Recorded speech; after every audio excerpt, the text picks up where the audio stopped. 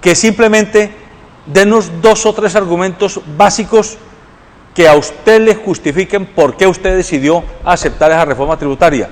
¿Por qué? ¿Qué es lo que considera que sirve que haya permitido que el congresista John Jairo Cárdenas le haya dicho sí a esa reforma tributaria, para que nuestros contertulios puedan controvertir?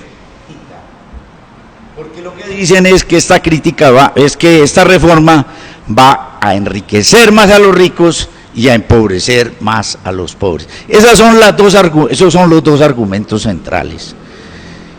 Si usted revisa bien el discurso de mi amigo Iván Marulanda lo que dice básicamente es lo siguiente: tenemos que meter más plata para los campesinos, para ciencia y tecnología, y cómo así, que entonces en vez de coger la plata y dedicarla a eso, entonces estamos entregándosela a los ricos. Ese es el discurso de Iván.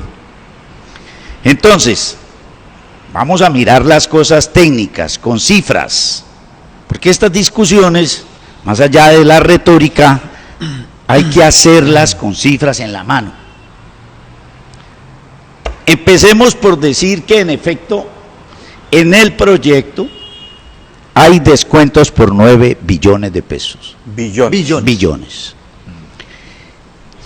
Hay una reducción del impuesto del IVA a la importación de bienes de capital.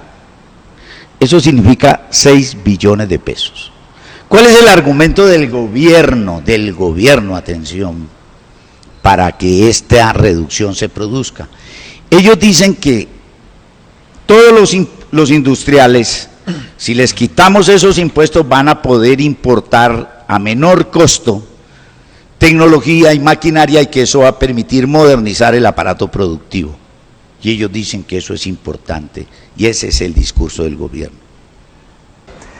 Esos 6 billones, finalmente, ¿a quiénes que realmente benefician de esa capa industrial? No, es indudable, esto va a fortalecer, esta es una medida que va a favorecer fundamentalmente los grandes industriales del país. Eso no tiene ninguna discusión. IVA, bienes de capital, que le cuesta al fisco 6 billones de pesos. Hay un descuento del 50% del ICA, que cuesta 1.500.000.000.000 de pesos. Y hay una reducción en el impuesto de renta para irlo bajando progresivamente. La idea es bajarlo al 33%, después al 32% y después al 30%. Eso tiene un costo fiscal de 2 billones de pesos. Esto significa que si usted suma, esto le da 9.500.000.000.000 de pesos. Ahora, por el otro lado, se han creado unos impuestos nuevos. ¿Cuáles son los impuestos nuevos? Entonces voy a mencionar el impuesto plurifásico. ¿Esto cuánto le significa a la nación de ingresos? 1 billón de pesos. Que eso es lo de cervezas y gaseosas. Todo eso. El impuesto de normalización tributaria, que significa 1 billón de pesos. Que ese es para formalizar activos. Activos que no están declarados. Activos escondidos. Activos escondidos. Eso nos está dando 1 billón de pesos. Se creó un impuesto de sobretasa al sistema financiero, es decir, hoy el sector financiero queda pagando 3 puntos más de impuestos por encima de lo que pagan todos los empresarios. Eso nos lo trasladan a los usuarios, por favor. Eso nos significa a nosotros 600.000 millones de pesos al año. El impuesto de renta a las personas naturales, 1.300.000 millones de pesos. ¿A partir de qué nivel de ingresos? 8 millones. Comienza a Sí, grabar. esa es la renta. Si quieren, ahora podemos ya devolvernos a los detalles de esto.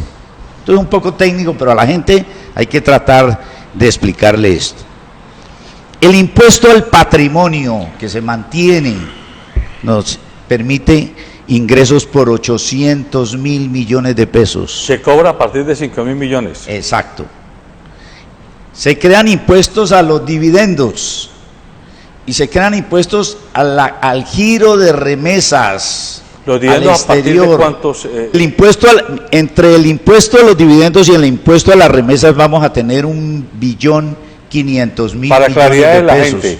Y en todas las leyes de evasión y elusión que han sido muy fuertes, porque nosotros penalizamos con cárcel, eso significa 6 billones de pesos. Eso significa lo siguiente. Eso, repita lo último. Explique lo último, de los 6 billones. 6 billones básicamente es control de evasión y elusión, porque este es un país donde los ricos son los que más evaden y los que más eluden. Sí, pero a esos nunca los vemos en la cárcel. No, Vemos en la pero cárcel a Yojero metimos Cárdenas. si usted suma Metan la esto, cucharada, esto ¿no? nos da 12 billones de pesos de ingresos de nuevas fuentes, contra 9 billones y medio. O sea, quedando ahí de medio. pesos. Yo creo que si basamos la discusión a los tecnicismos, pues van a sobrar argumentos para justificar estas acciones. Es más, las personas que votaron por este modelo económico, votaron precisamente por esas medidas, que son medidas que tienen una total coherencia con la ideología neoliberal, podríamos decirlo así. Ahora, la crítica que yo hago es que, ojo, las personas que votaron por ese modelo, votaron por un eslogan de campaña muy específico, que era menos impuestos y más trabajo. Menos impuestos y más trabajo. A la gente no le importa, disculpe pues le digo con todo respeto, ese tecnicismo, no le importa esos balances, no le importa que saquemos aquí unas bases tributarias y unas tarifas. A las personas, las que están marchando hoy en la calle, les importa es el espíritu de esas normas, el espíritu con el cual se confeccionan esas normas, que usted bien ya lo dijo. Esas normas lo que hacen es beneficiar a una clase dirigente, rica, adinerada del país. Entonces, la discusión que tenemos que traer hoy a la mesa no es de esos tecnicismos, es, creo yo, ¿por qué se incumplió, en principio, esa promesa de campaña de menos impuestos y más trabajo? Pero usted me excusa, pero yo lo dije con claridad. Habían dos críticas, una crítica técnica y una crítica política. La crítica técnica, lo que han venido diciendo ellos, incluso hay un documento firmado por unos académicos, Sí, 300 que es una académicos. cosa técnica, donde básicamente dice que eso va a generar un hueco fiscal. ¿Qué quiere decir un hueco fiscal? Que las reducciones van a producir un hueco.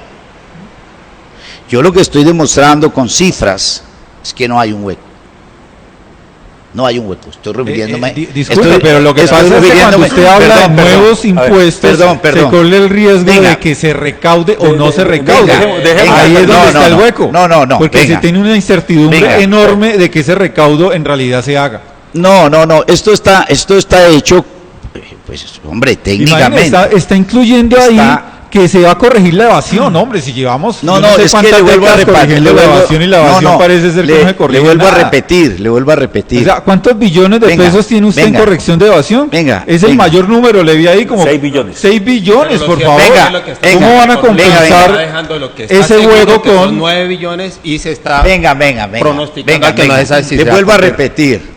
Este año, por efectos de la vigencia de la ley, es que la ley todavía está vigente, les quiero recordar eso. Es decir, la ley pierde vigencia a partir del 31 de diciembre, pero la Corte dijo claramente que mantenía los efectos en el curso del presente año. El recaudo se ha aumentado en 10 billones de pesos, de tal manera que aquí estamos calculando Y de esos 6. 10 billones, ¿cuánto ha sido por evasión? Todo es evasión y elusión. O sea, gente que ha limpiado Gente que ha limpiado y que hemos logrado subir en 10 billones de pesos. Es que en este país la gente va de mucho. Es que hay mucho Panama Paper. Entonces, Comenzaba así Pimiento es, Hacienda. así es. Entonces, déjenme les digo.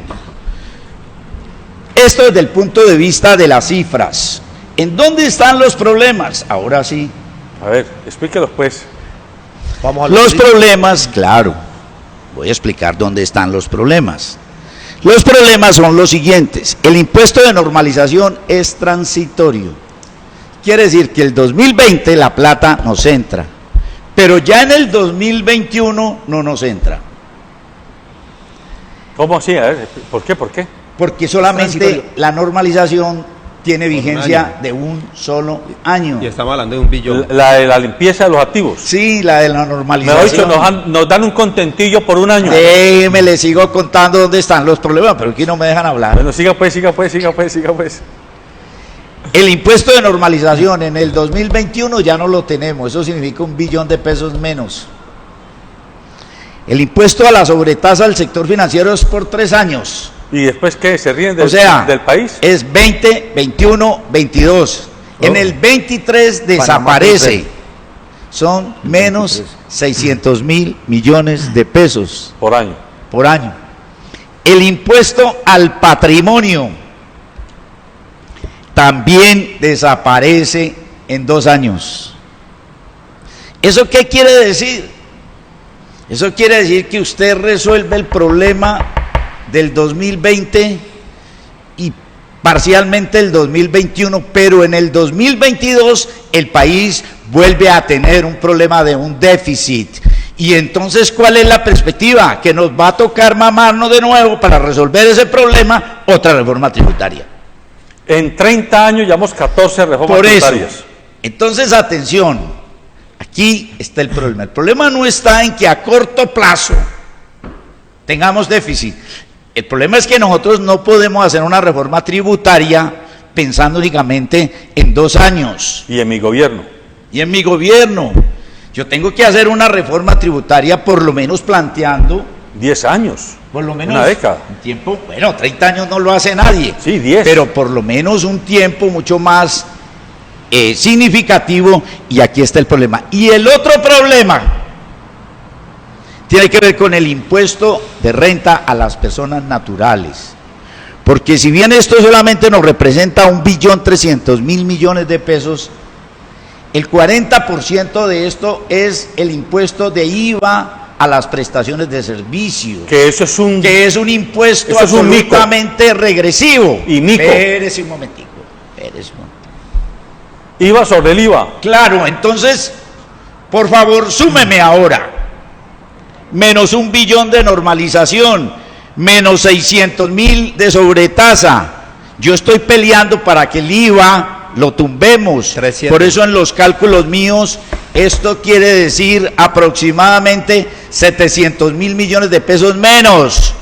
Y súmele el efecto del transitorio. Eso significa lo siguiente: 3 billones que vamos a tener aproximadamente 3 billones y medio de pesos hacia adelante. Yo le digo una cosa. Espérense un momentico, si me dejan. Entonces, ¿en dónde está la pelea? La pelea, yo estoy haciendo una cosa técnica, porque es que yo no puedo legislar sobre la base de la retórica política. Yo tengo es que sentarme a mirar cuál es la propuesta de nosotros: que el IVA se rebaje al 50%, no al 100%. Estoy de acuerdo con que haya el IVA, el IVA a la importación de bienes de capital. Sí. Si yo rebajo eso al 50%, son 3 billones.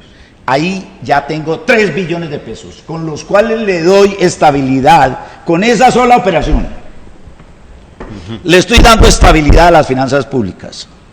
Segundo, eliminemos el descuento del 50% del IVA. 1,5 billones de pesos. Del ICA. Del ICA. Aquí en esta sola operación, yo tengo 4,5 billones de pesos más, con lo cual yo estoy en el punto medio, porque estoy aceptando darles unas gabelas al sector productivo, pero no en la magnitud que ellos pretenden. Y estoy asegurando que las finanzas del país se mantengan y no se nos descuadernen. Bueno, yo tengo una acotación, y es la siguiente. Si uno hace simplemente una comparación entre los beneficios y los riesgos de esa reforma, que usted mismo las está planteando, pues los riesgos son mucho más altos que los beneficios. ¿Cómo así que va a solucionar un problema para 1 año, 2 años y genera unos problemas nuevos, y además usted le tiene que agregar otros problemas de tipo social ahí?